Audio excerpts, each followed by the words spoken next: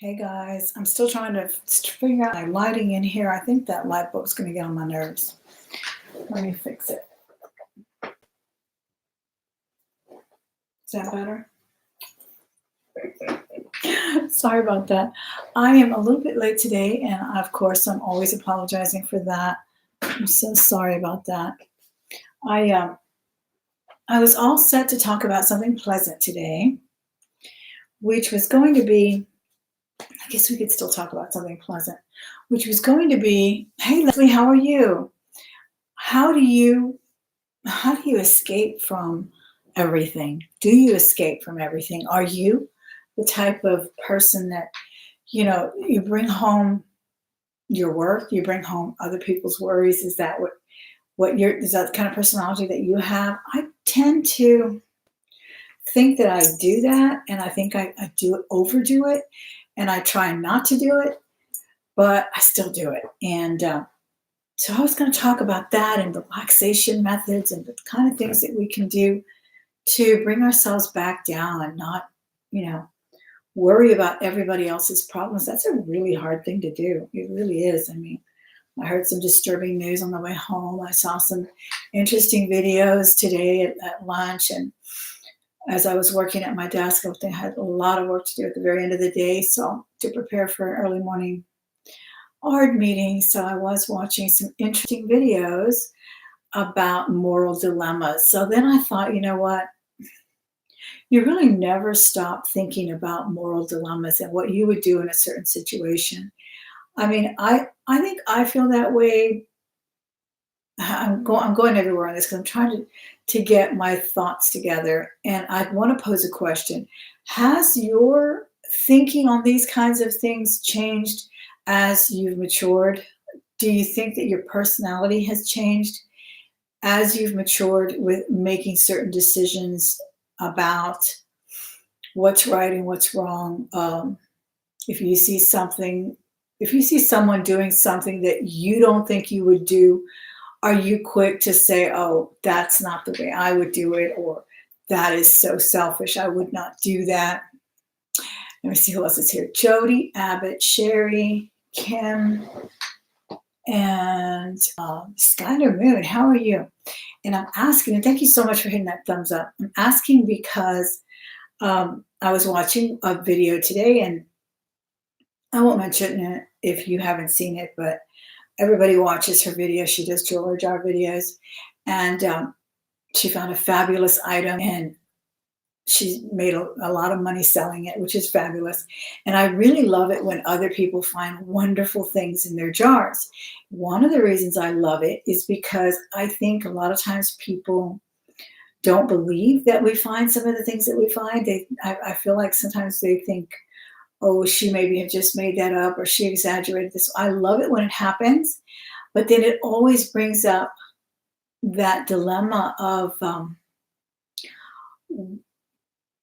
her contention today was, please don't ask me where I get my jars because she didn't even say that. She just said, I'm not going to be answering it anymore. And I'm always pressed with that too. And I think it's kind of an unusual question to ask. I don't know if I would ask it. I don't believe I've ever asked anybody, where do you get your things? I think I even asked somebody one time. I think they were talking about what they had sold on Amazon, and that's another thing. Amazon, you find something really hot, and then you don't want to disclose it because then it's not going to be hot anymore, and that makes sense. But the thing is, has your thinking changed over the years? Because I used to think it was not a big deal. I always figured like, well, you're not going to find what I find. Everybody knows I go to the Goodwill. That's where I find my stuff. I'm in a big city. You probably have to check every single Goodwill. And that's what I always kind of a packed answer. I find them at the Goodwill because I go all over the city. Now, if you're in a smaller town, maybe you want to keep that a little bit closer to what do you call it? A little bit more esoteric about it. You don't want everyone to know, hey, there's only 2 thrift stores. I go to this one or whatever. And that's perfectly understandable. But I just hope that she doesn't get any any backlash about it. I think she's perfectly within her reasonable efforts to say. I mean, I think she's being logical, of course. But even if she wasn't a reseller, do we really have to tell everyone where we get something? Even something as simple as, where did you get those crazy hose you're wearing, though?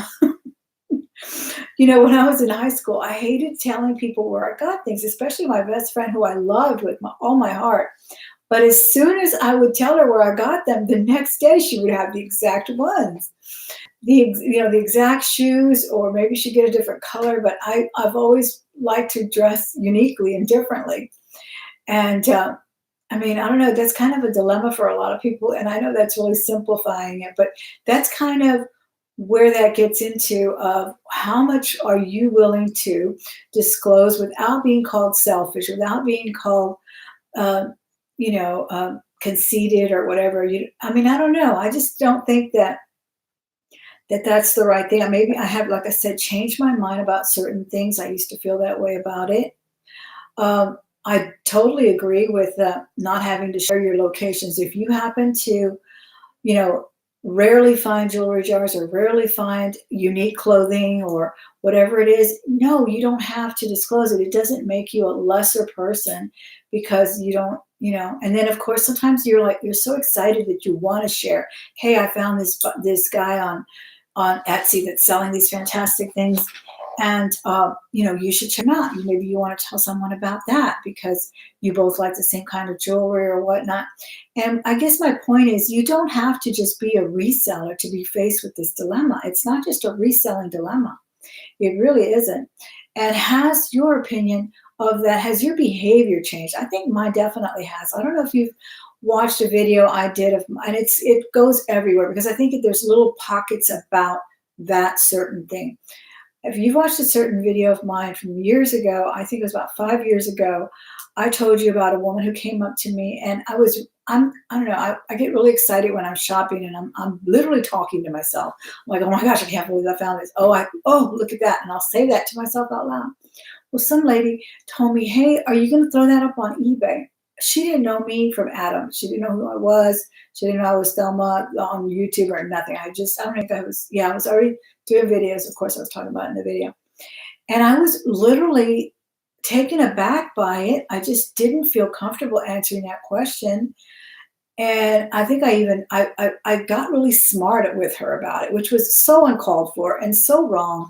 I should have just smiled and say, yeah, maybe, maybe not. But I said, am I asking you what you're going to do with your stuff in your basket? What are you going to do with that? Did you buy this for that? I mean, I just thought it was kind of a rude question. But over the years, I've thought about it, and it could have been an opportunity. Somebody even commented on my video, that could have been an opportunity. Maybe she wanted to resell some stuff to you, maybe, and it's so true. Sometimes we're just so quick to jump on things, like that. And I think about that a lot. I think about that a lot because a lot of people turn my thinking on it. And I like to proudly say, really, that I am never the kind of person, I try not to be the kind of person that says, oh, you're wrong. Oh, this is my thinking. My thinking is correct. I just recently put a quote up on, I don't know where, I don't know if you guys like quotes or not, but I found this quote a while back, and you know how Facebook redoes your memories or whatever. And it was something to the effect of, when you change your mind about something, it means the time has come, which basically, means like, have you opened your mind to this kind of thinking? Have you thought about it this way? And have you changed your mind? And I have changed my mind on so many hot topic issues, you would not even believe it. But yeah, that's one thing that was weighing on me about that. And another thing it kept coming back to me was because it is a competitive. Reselling is competitive, but so is thrifting. And I've had, again, since I've been on this platform for a long time, I've had people resent the fact that I resell. I've had people trying to split the thrifter community from the reseller community. You've been there when they've tried to kind of put a little wedge with the jewelry community as well, that the jewelry community is this way and the jewelry community is that way. And it's a hard, it's a hard road to navigate to that, where you're not just talking about thrifting as fun, and it is, and I love what I can find, what I'm wearing. Everything I'm wearing right now, except for the hose, was thrifted. But if I want to, I can resell it too, right? So it's like, why should I have to explain what I like to do or how I acquire it? And then on the other side, even more so, the people that get upset to the point where there are arguments at thrift stores. You know what happens at the bins. That's another story. But even at the regular thrift stores, I've seen it where, like I'll be not too long ago, and I recorded it, guys, and I felt really, really awful about it. But I was recording at the time and I did not air it. I have not put it together as a video, and I know we've talked about this before, where you're looking at jewelry, and people have encountered this. You're looking at jewelry, garage sales or wherever, and you've got the stuff in front of you, right? And garage sales is a little bit different, but at a thrift store, especially the ones that I go to, they're very limited in how many things they can take out. Even the big jewelry bags, they tell you, I can only take out one at a time. Like, what am I going to do? Put one under my blouse? So they're really limited about it. But sometimes there's someone who comes in that has just started working there and they don't really know the policy.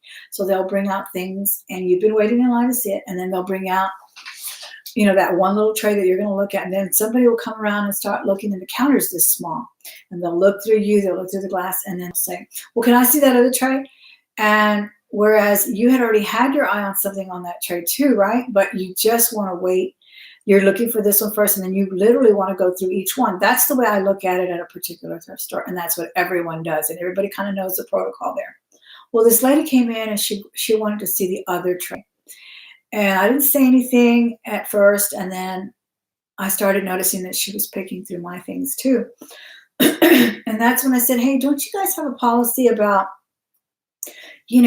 first come, first serve, one at a time here? Because there's things that, I waited to see this tray and whatnot. And the lady literally started grabbing it to make me upset.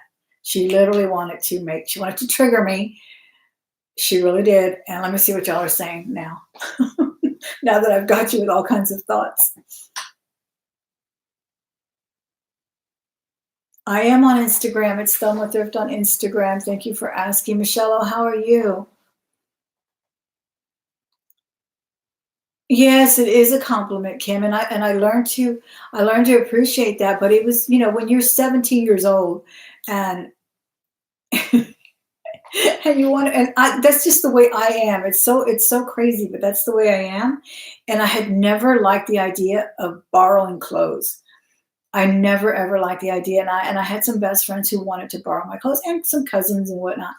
And can I borrow that purse, or can I borrow those shoes, and I always thought to myself, if I get a compliment on something that I'm wearing that doesn't belong to me, it just felt so illegitimate. But that was a 17-year-old girl's perspective, right? Now I lend my sister, the purses she wants to take and whatnot. That's what another point I was making is, has your thinking changed? Does it change over time? I know mine has in many ways, but I see your point.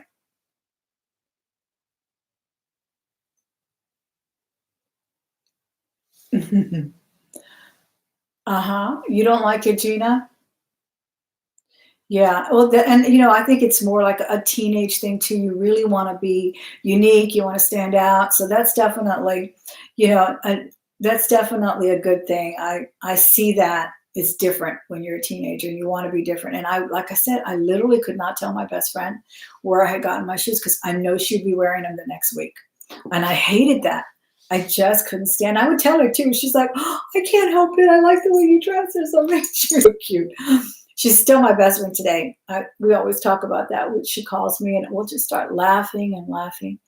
And I swear it can be like 2-3 years that we don't talk to each other. And she calls me and we just giggle like we were 16 again. It's unbelievable. Yeah, I don't feel that way about it as well. Anyway, back to the lady and the jewelry thing, right? And then she just said she started grabbing it like that, like she really wanted to trigger me or something like that. And I walked away, and I should have walked away sooner because she was really grating on me. I walked away and I noticed that there was some knives in the back of the counter. And I told the sales lady, I made some stupid remark that I regret making. I said, don't show her any knives because she's obviously unstable or something like that. And she said to me, I feel like slapping your face. That's what she told me. Or she said it first or something like that. And it could have gotten so out of control. It could have gotten so out of control over jewelry. And I left so upset. And I have this on video, but I will not release it because I had my camera right there. Because I should have known when to say when, and then I'm thinking to myself, Thelma, it's jewelry. This is jewelry. And you could have lost your life over jewelry because you don't know who you're running into. It can be someone that looks like your grandmother, and she may have a 45 in her purse. You don't know. You just don't know. And I will never put myself in that position again. But that's just another thing that came to mind when I was hearing the video today about disclosing where we get jewelry jars and how this is how they make a living and so forth and so on. And obviously this person, well, maybe not, to me, it was kind of, she was just looking at, certain pieces, and she had already gotten a few pieces she wanted. I don't know what she made of it. I don't want to be judgmental, but I doubt if she's a reseller. Let's put it that way. So here we are. I'm faced with this issue that happened last week, and I was embarrassed about it. I really was, because I could have stemmed it, nipped it at the bud, and not said anything. And it was, she was beyond rude. She was beyond rude. She already, she already knew that it was triggering me that she was coming to my tray to get the things that I was looking at. And then I'm thinking to myself, but it's not yours. But it's so ridiculous, because they had made the policy for a reason, because they know that not only is there shoplifting when there's more than one tray out, then there can be instances like this where, people are like grabbing from what you're looking at. And I was just about to pick up that watch and you grabbed it right, I'm looking at this tray. But then again, I'm thinking to myself, no, it got beyond that. And it got beyond that because I was thinking, this is my livelihood. This is how I make money, is by reselling this jewelry. But then again, she could have been saying, hey, I really like that watch and I want it for me, or I want it for my granddaughter or my daughter or whatever. And it comes to the point where you just like, wow, it's just stuff. And is your life worth it? Is your life worth arguing or even getting yourself into that situation? Because I should have just left immediately when he was going to start showing her things, because I knew it was going to get touchy like that. But anyway, and I was telling you about the other person that asked me about whether I was reselling or not. And I thought it was an embarrassing question for her to ask me, because she was asking me in front of a Goodwill employee, and these people see me all the time. And I just felt like, if they know I'm a reseller, like we all listen to people say, oh, they're raising the prices because of what's on YouTube. They're going to do this and that. And that may be the case, and that may not be the case. I don't know. Either way, Goodwill is in a business to make money. They get their stuff donated. They may not get it donated. They have charitable donations. I know they buy things too. And so either way, they're going to present things to sell. If they don't sell at $10, they're going to reduce it to $5. That's just the way it's going to happen, whether I put a YouTube video out or not. But also, I thought it really wasn't her place to ask me what I do with my stuff. I felt like really violated by it. But then again, people opened my eyes and said, hey, if I was you, I would have given her my card and said, yeah, I do. I sell on eBay. Let me know if you have anything you want to get rid of. And that just goes to show you perspective and different ways that people look at things differently. Some people look at it as an opportunity. Some people look at it as violation. I was watching an auction the other night, and the gentleman said, I can never go into a garage sale. If I go into a garage, and this is true, when I see men looking at jewelry, I always say, oh, that's a reseller.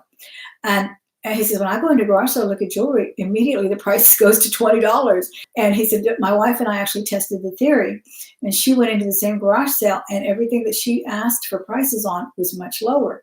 So there is that, that way of looking at resellers, like, well, I need to do this, or I need to look up the price because I know they're going to make money. I've had people in my own neighborhood when we used to have a dinner night out every first of the month, and they would talk about having their garage. So they're like, yes, there were so many resellers there, and they so bugged me. And I would say, I'm a reseller. Why does it bug you? I mean, they're just trying to buy something. You're going to get rid of it. You got to sell it anyway. You have to sell it anyway. Why are you upset whether they're going to make money on it or not?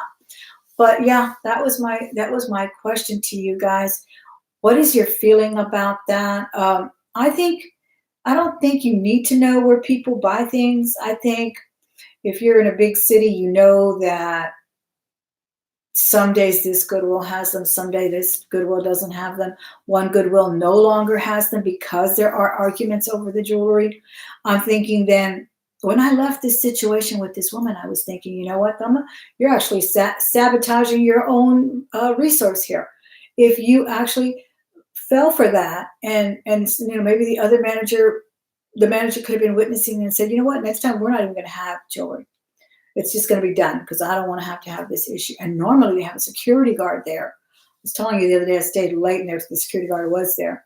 But that day they were not, because I know that would not have happened if that security guard would have been standing there. She would have not done that. And again, I should have known better than to even say anything. I should have just let her look at the jewelry, let her grab the jewelry, and then let it go.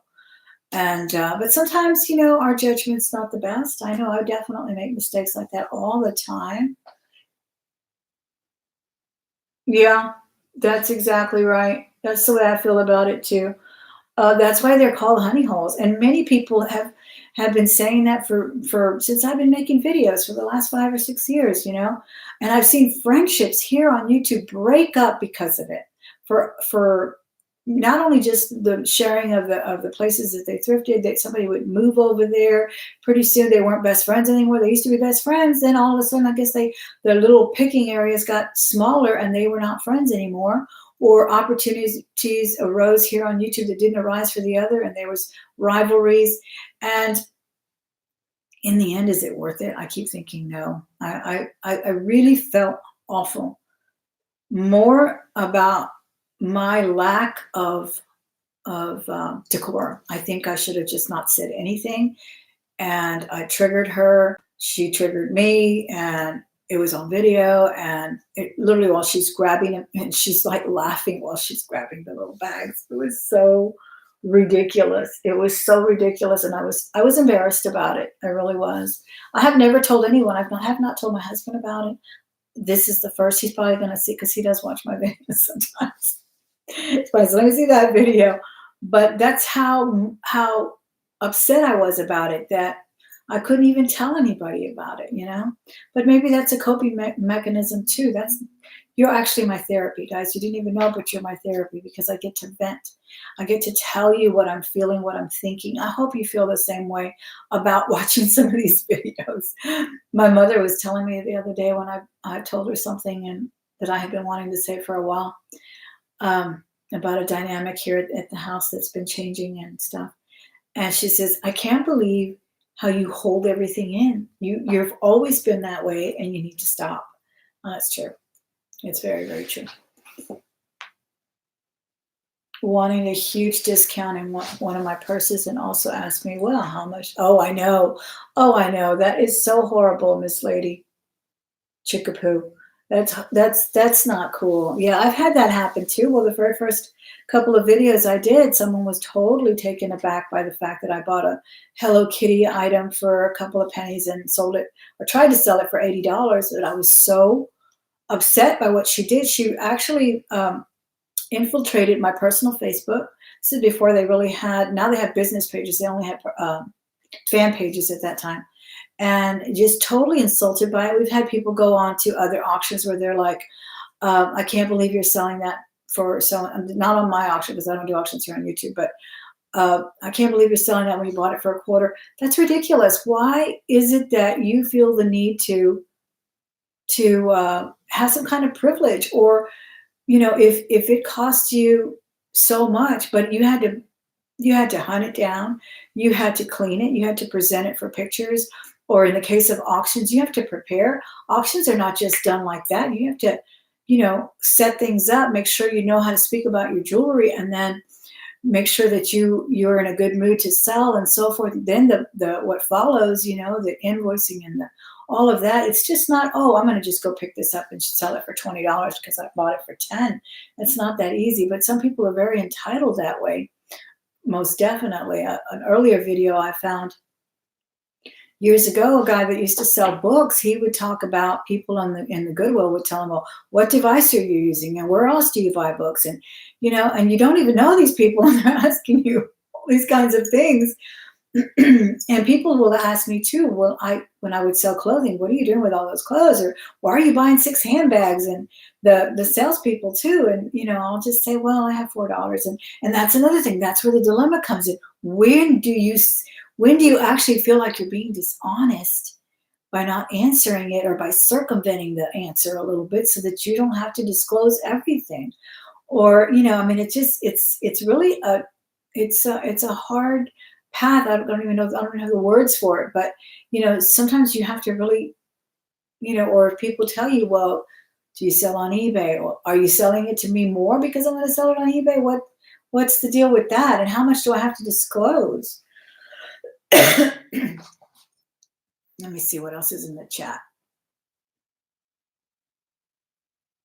Yeah, exactly. And someone told me that too, Gina. Someone told me, and they have actually told me recently, the lady that I met at the Goodwill not too long ago, very friendly young girl who sells at Posh. And I was going to save this subject for later, but I'll elaborate on it later. That she was telling me that she does really, really well on Posh, and she was giving me some pointers on it, which I'm always so open to listening to what other people do. It just came up in conversation, honestly. She was complimenting me on my trench coat. I have a trench coat that has like a little bustle. It's really cute. I got it at a thrift store.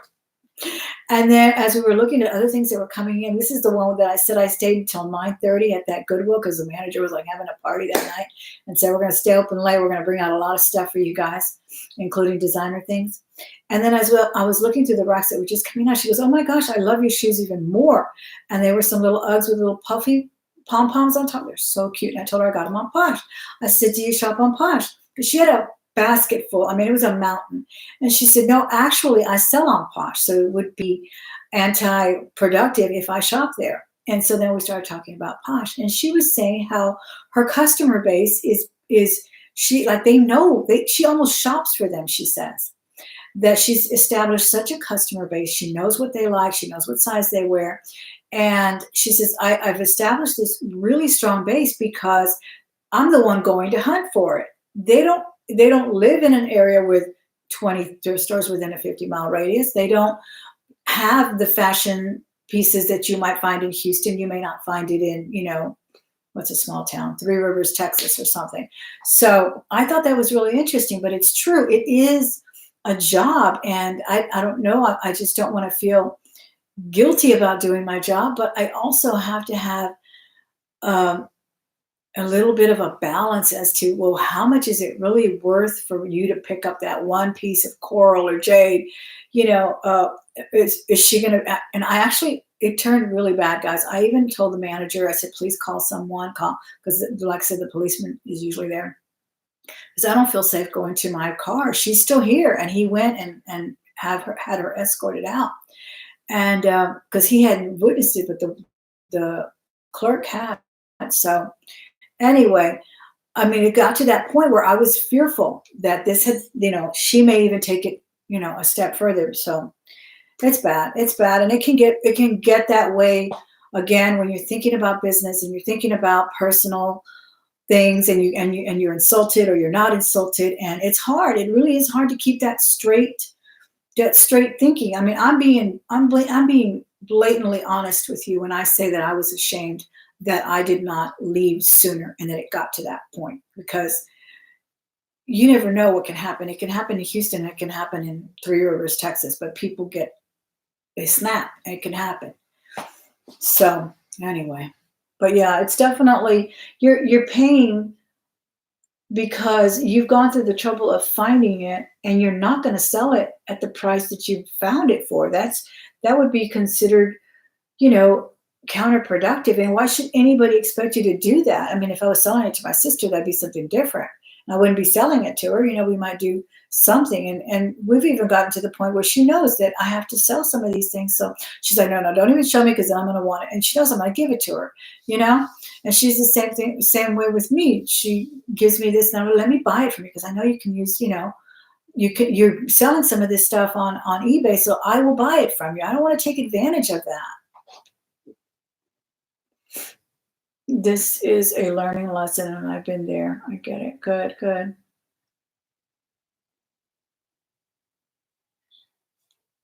Oh, Jude's channel is fantastic. You will love her channel. Hey, Verna. Yeah, but it gets touched. And the thing is, the people that, and again, I've worked in the field, so I come from a place of understanding and knowledge and empathy. But many people that are employed at the Goodwill and many people that shop there can have mental issues. And I'm talking about serious mental issues. And I mean, I've seen things where I've had to call the police, where I've seen people abusing their children and things like that. So it's touchy, and it's something that we need to bear in mind.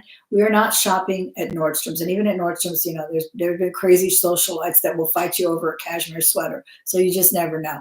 But I'm just putting that out there. That's just another reason to be very careful how you handle yourself there, and how I'm going to definitely be a lot more careful and take a deep breath and stand back. And because I've had people also come into my cart and take my things out and look at it, and I'll be like, oh, that's fine. I mean, I don't jump on them or anything, and then they'll get upset and they'll be like, well, why did you have it right next to you? Or I'm just looking at it. I mean, they're insane, crazy stuff.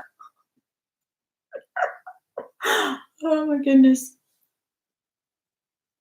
You have an auctioneers that know what you like and procure things. Exactly, exactly. That's fabulous, Jude. And that's what she was saying. And so I learned a lot in that 15 or 20-minute ritual that we had there. This was another day, not the day of the incident. But she was saying that, and then she was also talking about, because I picked out some kids from kids clothes from, what is it, Hannah? What is that brand that's really expensive? No, not Hannah Montana. Hannah something. Anyway, they these really good brands, and Minnie Bowden and all of those brands that are very expensive.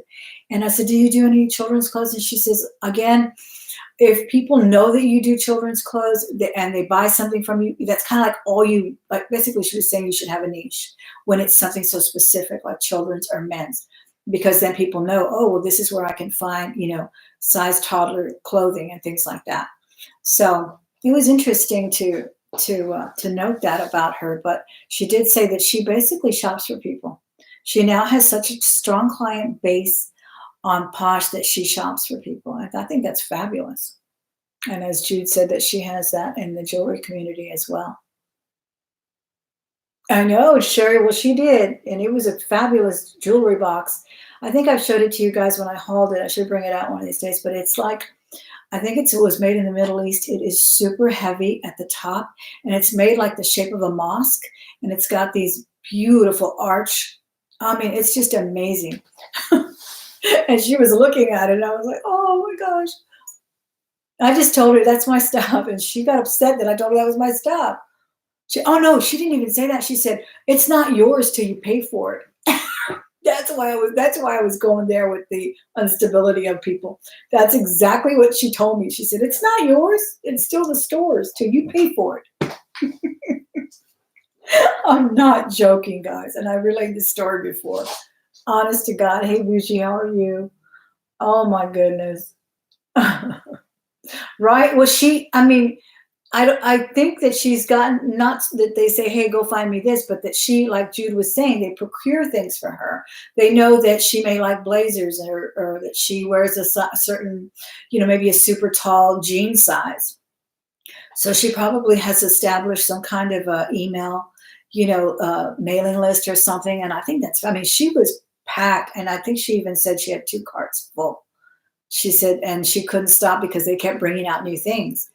And then they were going to bring out some more stuff Saturday. The manager told me, come back on Saturday, but I had already capped my spending for reselling, so I didn't go back. But I went today, and I found I found 5 jewelry jars. And that's another thing.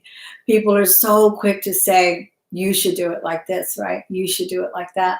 If I had seen 5 jewelry jars, I would have only taken 2. Well, okay, you would have taken 2, but I don't see them all the time. And I've gotten to the point where I have to get them where it's not discount day.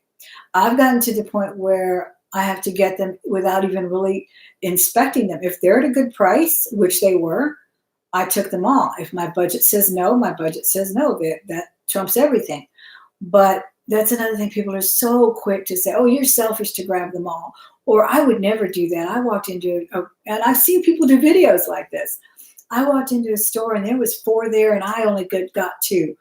Well, okay, maybe that's what you would do. But why tell me that with the way I do it or the way I think is an opportunity is wrong?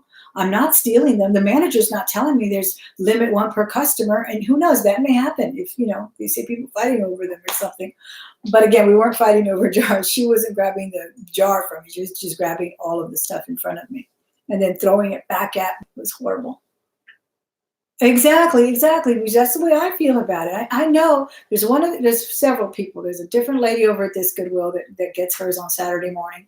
I sent my husband a couple of Saturdays, and then he went back the next day and found some for me as well that were still there. But and I even told him don't get them because they were a little bit more expensive. I said just pick out the good ones. But these were all in the $20 range, 25, 29. So I grabbed them all. And I know another gentleman, and he came in right after I did. He's always looking at the jewelry and he's always looking at the bags, and he buys the bags too. Not all of them. He's very discriminate too. But I'm sure he would have probably wanted to have about, a look at those bags, but those bags were already in a box waiting for me. And that's another question that's often thrown out there, and then other times I've been where like I was looking at a whole bunch of Mary Kay things and there was it was my color too. So I grabbed a whole bunch and then this lady said something like, are you gonna take them all? And she was so nice about it that I just said, well, you know what, you can have about 3, and I left her some. But that's different than somebody saying, I can't believe you're, taking them all. And that happens from the people that are shopping there or from people here that do videos. They will judge you. They will tell you you're being selfish or don't, what are they saying nowadays? The new auctions. Oh, those are really for resellers. Only resellers should be buying. I don't feel right about buying. What? Why are you telling me the way you feel about something that works for you and that's your conscience? And that, as long as I'm not breaking the law by buying at an auction to resell, or whether it's for me, I bought from a certain auction the other day. All 5 pieces were for me. It wasn't jewelry. It was all 5 pieces were for me. If I happen to get tired of it, I'll put it up for sale. Or if I happen to realize, hey, you've got a few of those, let's start hoarding them out. Start farming them out because it's a hoard now. That's for me to say. That's not for you to say. I think that it's not for someone else to judge that. Now, if you're, bribing someone in the back of the Goodwill, that's different. And people have gotten fired for that at the Goodwill. I've heard the gossip. I've heard that the chitter chatter in the back. Oh, somebody was, letting somebody in the back and letting them this and letting that. That's different. I really think that's totally different. And it's against their policy. And they have a lot of strict policies for their own employees as well. I'm always the first to defend the Goodwill guys because it is my livelihood and I know the good work they do. As being in the special education field, I've been firsthand with what they do for the transition to adulthood and all of that. But they don't let you shop on your day that you're working. You have to shop on your day off. They also reduce their discount. They used to get a 30% discount like we did, and we all got it discounted down to, ours is now 25, and I think theirs is 20 now.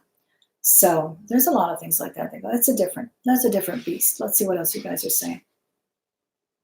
You've grabbed them all too late. Me too. I mean, sometimes, unless there's 20, of course, I'm not going to be able to afford that. But if I can afford it, that's what's there. And I haven't, what was it, 2 Saturdays ago was when my husband found the ones he found.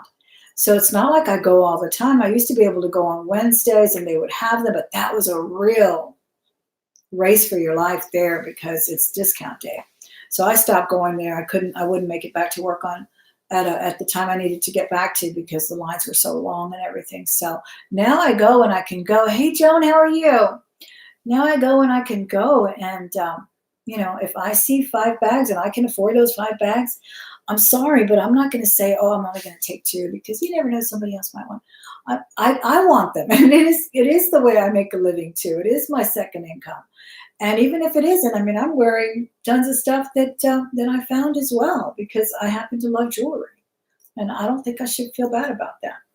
But again, I should have known better about quelling a situation before it got out of hand. And that's one thing I did take home, is to move away. Move away. If somebody's already getting aggressive, it's not going to help to go to not diffuse it. You have to diffuse it. And I should know that. Coming from special education, I should know that because that's what I try to do in the classroom with children that have meltdowns. Let me see.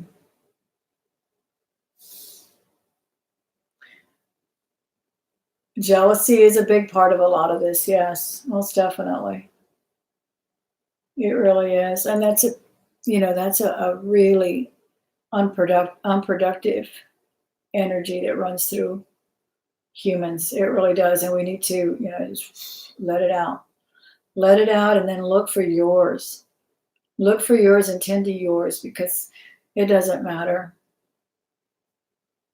One way or another, if someone, gets 5 jars and you got two or you got none, I would never think about. I've seen women go in there and get their 5 jars or, have their turn at the tray. And I'm like, oh my gosh, she's finding it. I'm just like, okay, she found it. She's here. She's getting it. But I'm not going to sit there and say, can I see the other one? Or it's just, to me, it's an invasion of privacy. And I know people, I mean, it's just like bad etiquette to me. And at a garage sale too, where people will come around you when it's a small little trim, but they come and pick it right in front of you. Or if you're on the rack, they come and grab that pink sweater it was right here in your peripheral, right here. And you were and they come to do that. I don't get it. But, what can you say? Enough for everyone to enjoy reselling. No need for fighting for it. Absolutely. Absolutely.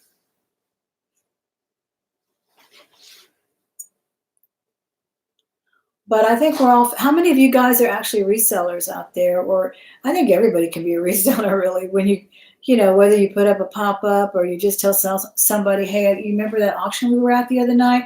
I think that ring didn't fit me right. You want to buy it or whatever. Or how many people just love that jewelry? Like I said, I was really at a cross between thrifting and reselling when I started this channel because I thought I started it for thrift hauls. I have always been a thrifter for a long, long time, at least 30 years. And but I've been a reseller too because it kind of feeds off of it because you find so many wonderful things. Your friends and family get tired of all the wonderful things you give them. They may collect ducks, but they have 100 ducks already. They don't need you to buy them another one. So you start reselling. But I got some flack for it. I'm like, somebody would make a video about, well, this is not for a reseller. This is just a thrift haul, or I mean, like, okay, why do you want to exclude me? Hey, Kathy Valentine. I got 5 packages waiting for me to open. And one of them is from Liz. So I'm super happy. I got my jewelry from her showcase. I went shopping on eBay. I love shopping on eBay too. Do you guys find a lot of jewelry on eBay? There's still bargains out there, guys. Lots of good stuff. Yeah, exactly. Let me see what else you guys have to say about this hot topic. The hobby of thrifting is for you. All right. Yeah, it's definitely fun, isn't it? Yeah, exactly. That's exactly the way I started, Elizabeth, just for your own pleasure. But, and then I've just always encountered things that were collectible that I knew were collectible. I got turned on to eBay I think I've talked about it before. My cousin's husband would sell, and buy Christmas items for her. She was a big Christmas collector. And then he would sell fishing rods and things like that. And I just started I had a Peter Max clock that I knew would garner interest. And once it did, once you started selling that stuff, it just, and then of course I used to resell it at flea markets because I bought so much jewelry. That was my first foray into reselling, was flea markets. And I still go there to kind of unload some, bigger things and things like that. But it's very much dependent on the weather. It's too hot in the summer. You have to do it right about now. Yeah. You used to sell jewelry at a car boot sale, and but not anymore. You just love jewelry. Yeah. Same here. Same here. And I don't know, I've always talked about how jewelry is you just can only wear so much in a lifetime, right? But there's just things you just have to have them in your possession. Just the other day, I found some pearls. I'll have to show them to you. I was hoping to wear them today, but I forgot. Um, it's a huge long strand of pearls, and I just had to have those pearls. And a lot of times you risk buying online too. You risk it or an auction, you don't know if it's going to really be like you see it and whatnot. And when you get it and it's so nice. And luckily I've been pleasantly surprised with almost everything I ever bought here on the YouTube auctions or the Facebook auctions. Rarely have I been disappointed. I would say 2% of the time it's been a disappointment. Other than that, it's been great. But I had to have those pearls, and they had a 14 karat gold clasp. And then when I got them, and they are so amazing, and they were at such a good price, I was just like, oh my gosh, I just love them. Luster was amazing on them. But yeah, you're going to open a booth, Bougie? That's a good idea. I hope it works out. I hope you find a nice rent price and a nice location. I think the people that have been successful at it, I think are the people that can afford to keep investing in it. With any business, you can afford to get started, get those glitches out of your way. And you have a wonderful eye for design. And I think you can make it work. I've known people who have failed at it, but they've never liked decorating. They've never liked putting things together. They just don't have the eye for it. And I think that's what a booth requires. How's your booth going, Joan? You don't need the county. Mm-hmm.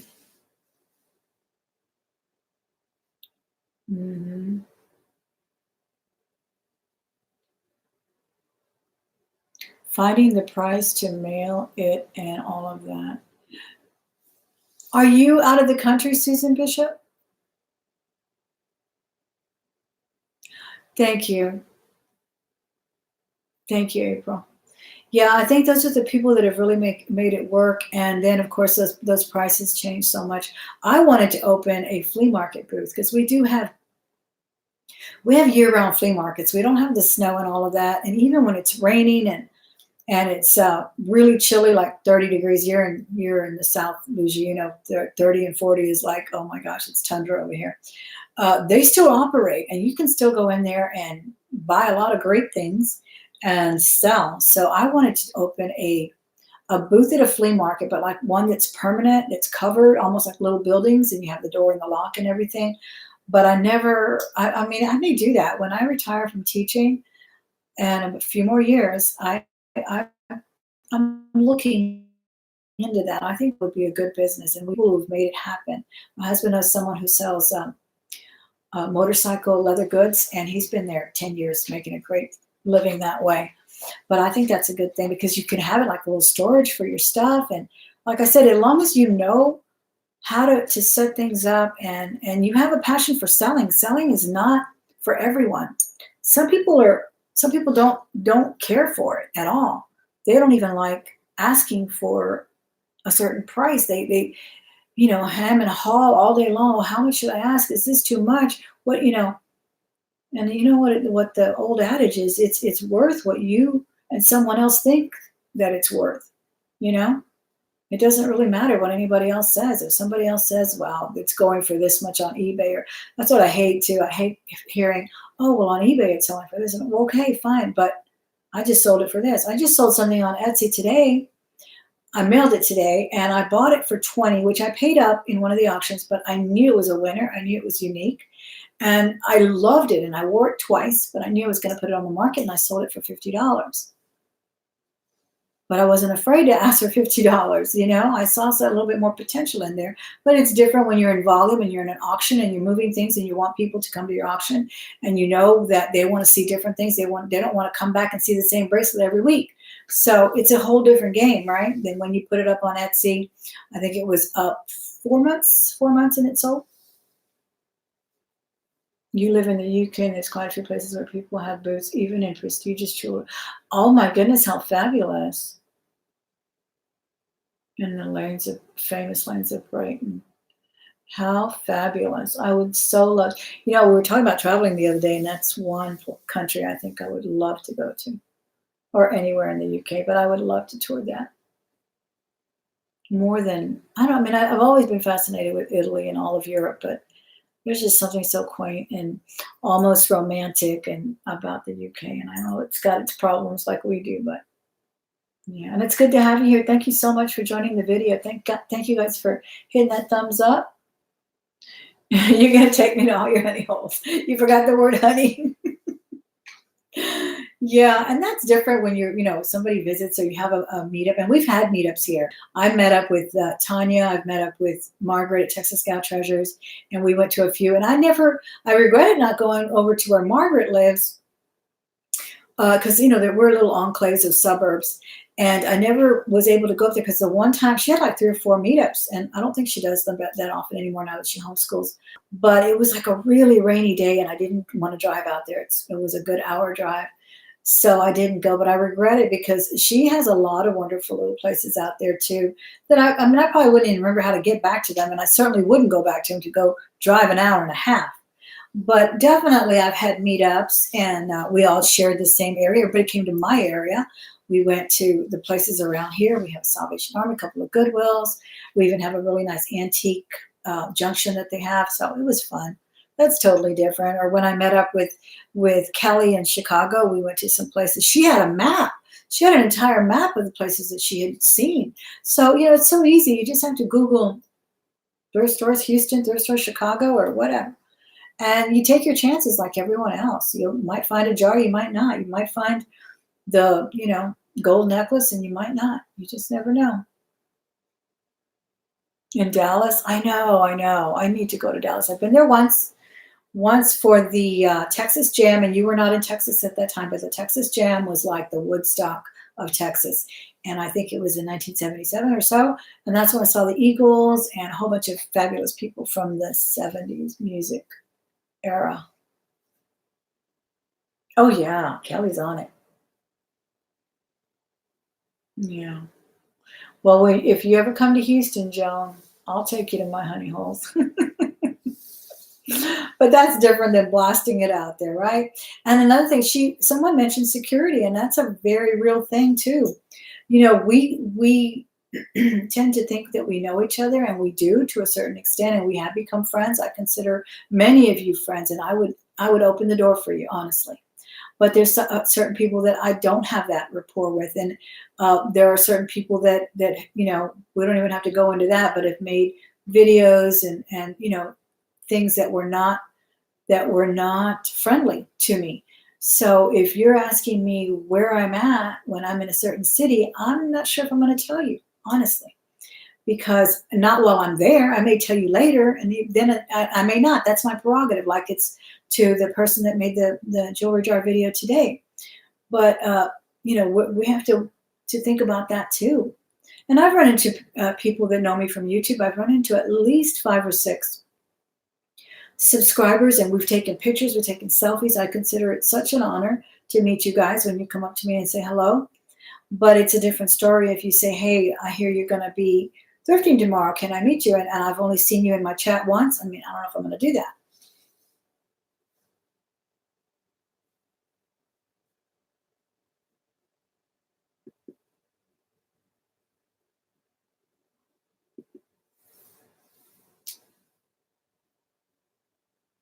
You got to stay safe. Yeah.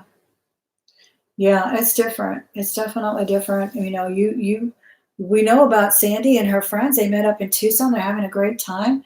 That's totally different. They've been communicating for over 2 years. I think I've known Sandy 2 years already, and so has Jewelry Nurse and all of them. That's totally different. Hey, Cindy, how are you? So yeah, it's a lot of safety issues going on for sure as well. A lot of that. I mean, I was going to have a. I talked about having a garage sale, and a few people asked me, "Where is your garage sale going? Where are you going to have?" I'm sorry, but I'm not going to disclose that. I'm not going to blast that on YouTube. I may show it to you. I may show the footage, but I just it's just not safe to do that. You just never know. You know, it may be totally friendly. They may be, you know, the best person you've ever met, but I don't know that. Yeah. If you don't mind, for your daughter, some know that cancer is bad. Oh my goodness. I'm so sorry to hear that, Miss Julie. Let's keep her in our prayers. Can you put her name in here for us, Julie? I'm sorry to hear that, Miss Julie. We'll definitely keep her in my prayers for sure. Julie, okay. Julie, there it is. Okay, I missed the name. What a beautiful name. So definitely we'll have to do that. So see, that's what I'm talking about, guys. We have a great community here. I know I've seen Miss Vernon's name in the since MSP days, since he first started. And there was some auctions over there for her and all of that. It's a wonderful thing. It really is. So that's what I hate to see when we kind of just bite at each other or nip at each other for this or the other. Or, I don't do it this way, but she does it this way. Let's just do the right thing for us the way I mean, as long as we're not immoral or illegal, why worry about whether I took 5 jars and you would have left three? Why? I don't understand that. Ayana. Aliana. Beautiful name. Thank you for letting us know her name. It's good to know her name. Absolutely, we'll be praying for her. Most definitely.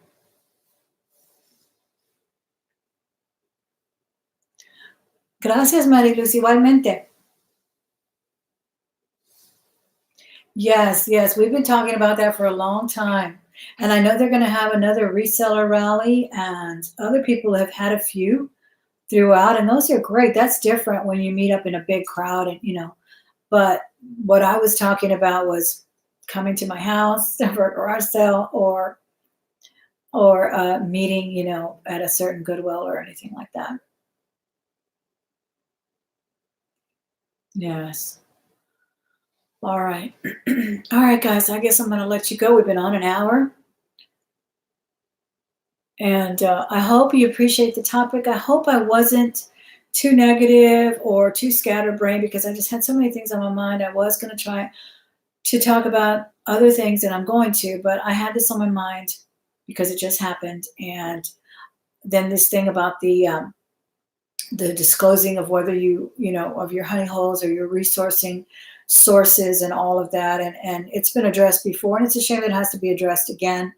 That people feel entitled to know where you get this or where you get that, and if somebody wants to tell you, they'll tell you.